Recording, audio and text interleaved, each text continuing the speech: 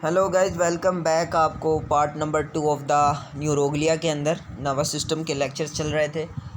Hope so कि पिछला lecture आप लोगों ने देखा होगा जिसमें हमने एस्ट्रोसाइट्स को बड़े डिटेल के साथ समझा था और आई होप सो कि आपको वीडियो बहुत अच्छी भी लगी हुई होगी।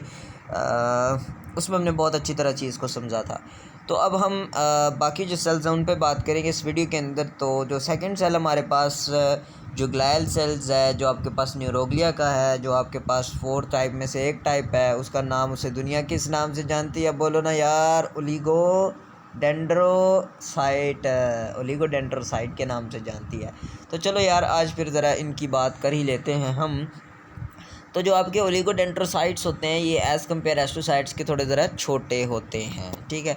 ये ज़रा थोड़े, मैंने जैसे आपको पहले बताया था कि एस्ट्रोसाइट सबसे बड़े सेल्स होते हैं, तो ओलिगोडेंड्रोसाइट जो हैं वो आपके थोड़े छोटे सेल्स होते हैं, ठीक है। लेकिन इनकी अगर मैं आपको बात बताऊं तो इसका सबसे इम्पोर्टेंट जो रोल होता है वो आपके माइलिन शीट को बनाने का रोल होता है।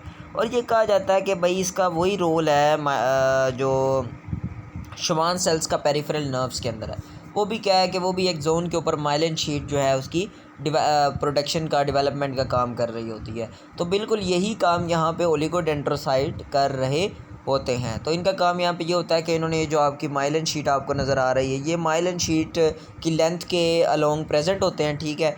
जैसे कि आपको दिख भी रहा होगा कि ये ओलिगोडेंड्रोसाइट प्रेजेंट है, जैसे कि लेबलिंग भी यहाँ पर की हुई है। तो ये आप देखिए ओलिगोडेंड्रोसाइट है और इस ओलिगोडेंड्रोसाइट के अंदर आपके पास ये जो आपका क्या इसका नाम है, आपके पास जो एक्सोन की जो माइलिन शीट है, जो आपकी माइलिनेटेड नर्व फाइबर है, इसकी लेंथ के अलोंग आपके पास ये प्रेजेंट है और ये आपके पास माइलिन शीट को बना रहा है। सही है, क्या बना रहा है?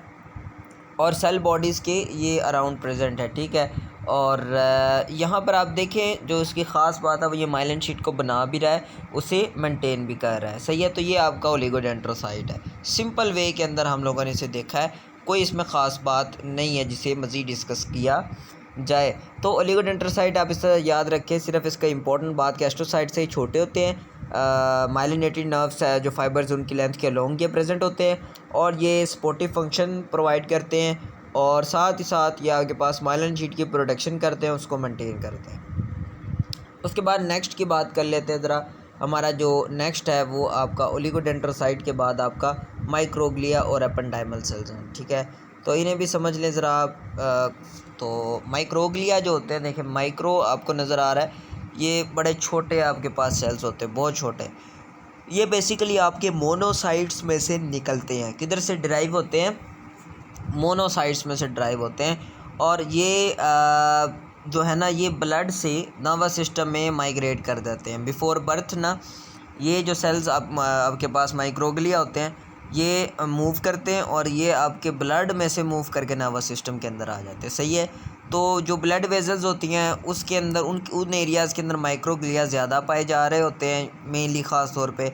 और ये क्या होता है कि जब आपको पता है कि जो इन्फ्लेमेशन का कोई एरिया हुआ, जहाँ पर कहीं इन्फ्लेमेशन हुई होती है, तो वहाँ पे माइक्रोग्लिया जो होते हैं, माइक्रोग्लिया आपके पास साइज़ में बड़े फैगोसाइटिक हो जाते हैं, ठीक है। ये अपने साइज़ में ग्रो कर जाते हैं।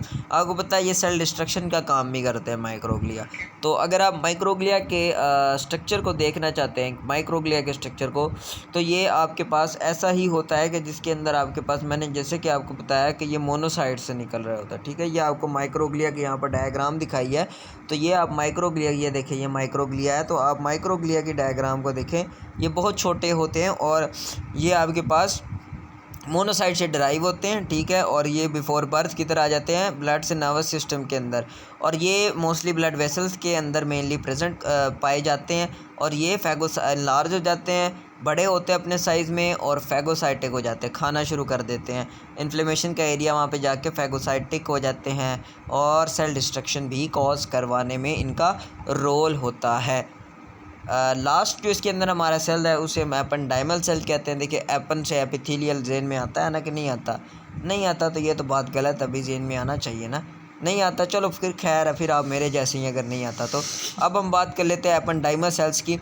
तो एपेंडाइमल सेल्स जो हैं वो आपके कौन से सेल्स हैं? ये आपके पास वो सेल्स हैं जो ब्रेन के वेंट्रिकल्स, दो बातें अपने जेन में रखनी है, ब्रेन के वेंट्रिकल्स और आपका जो स्पाइनल कॉर्ड है उसकी जो आपकी सेंट्रल कैनाल है, इन दोनों की बेसिकली एपिथेलियल लाइनिंग को ये सेल्स बना रहे होते हैं। हाय हाय हाय, उम्मीद है कि आपको बात की समझ आई होगी। ये जो आपके ब्रेन के वेंट्रिकल्स, आप वेंट्रिकल्स को इंशाल्लाह डिस्कस करेंगे नेक्स्ट लेक्चर में, वेंट्रिकल्स भी आ रहे हैं।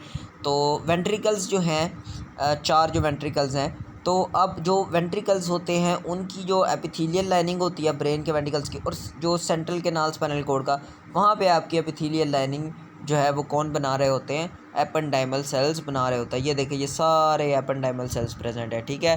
तो ये आपके पास सेंट्रल कैनाल और स्पाइनल कॉर्ड की, और आपके पास क्या बना रहे होते हैं? एपिथेलियल लाइनिंग है, देखिए एपेंडाइमल सेल्स ये बना रहे हैं, सही है। यहाँ पर सीलिया भी प्रेजेंट होते हैं, ठीक है। और ये एपेंडाइमल सेल्स आपके पास एपिथेलियल लाइनिंग बनाने में इंपॉर्टेंट रोल प्ले करते हैं। तो मैं उम्मीद करता हूँ कि आपको पार्ट नंबर 2 समझ में आया होगा। ये थोड़ा छोटा था एज़ कम्पेयर उसके जो फर्स्ट लेक्चर था, क्योंकि उसमें थोड़ा एस्ट्रोसाइट को समझना ज़रूरी था। को ब्लड ब्रेन बैरियर एक इंपॉर्टेंट टॉपिक है जो आगे भी आपका साथ, आपकी जान नहीं छोड़ेगा, तो इसलिए आपको उसको समझना थोड़ा ज़रूरी था। तो इंशाल्लाह उम्मीद करता हूँ कि आपको जो एपेंडाइमल सेल्स हैं, माइक्रोग्लिया है और ओलिगोडेंड्रोसाइट्स, इनकी समझ आई होगी। मिलेंगे एक नेक्स्ट लेक्चर के अंदर। अपनी सपोर्ट, अपना लव ज़रूर शो कीजिए, वीडियो को लाइक कीजिए, कमेंट कीजिए, क्वेश्चन पूछिए। अब तक के लिए इतना ही। अपना बहुत सारा रखिएगा ख्याल। मिलेंगे एक और नए वीडियो में, इस यकीन के साथ कि आप लोगों ने इस लेक्चर को याद किया होगा। अल्लाह हाफ़िज़।